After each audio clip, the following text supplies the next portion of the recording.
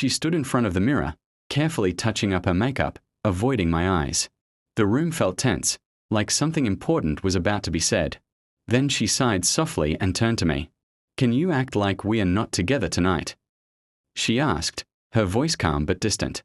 I didn't understand why, but I nodded anyway, telling myself it was just one night. We arrived at the party separately, just like she wanted. I watched her from across the room, laughing louder than usual, acting freer than I had ever seen her.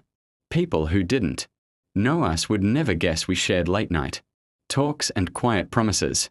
Seeing her like that made me feel invisible, but I kept reminding myself I had agreed. As the night went on, she barely looked in my direction.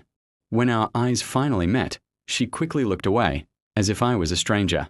I tried to enjoy myself, but every laugh she shared with someone else felt like a small cut.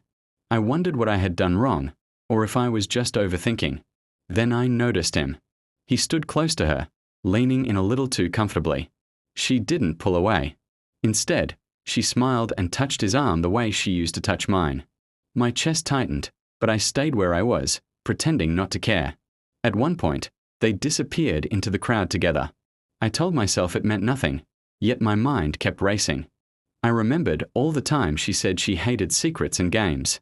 Standing there alone, I realized how easy it was to feel replaced without a single word being said.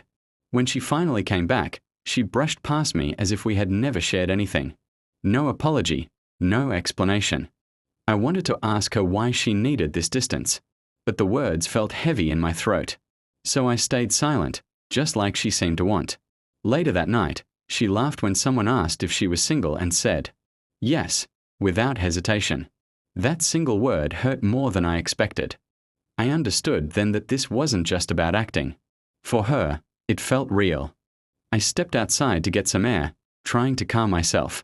The night was quiet, but my thoughts were loud. I realized how often I had ignored small signs, choosing comfort over truth.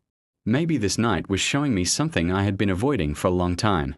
When she came outside, she looked surprised to see me there. For a moment, neither of us spoke.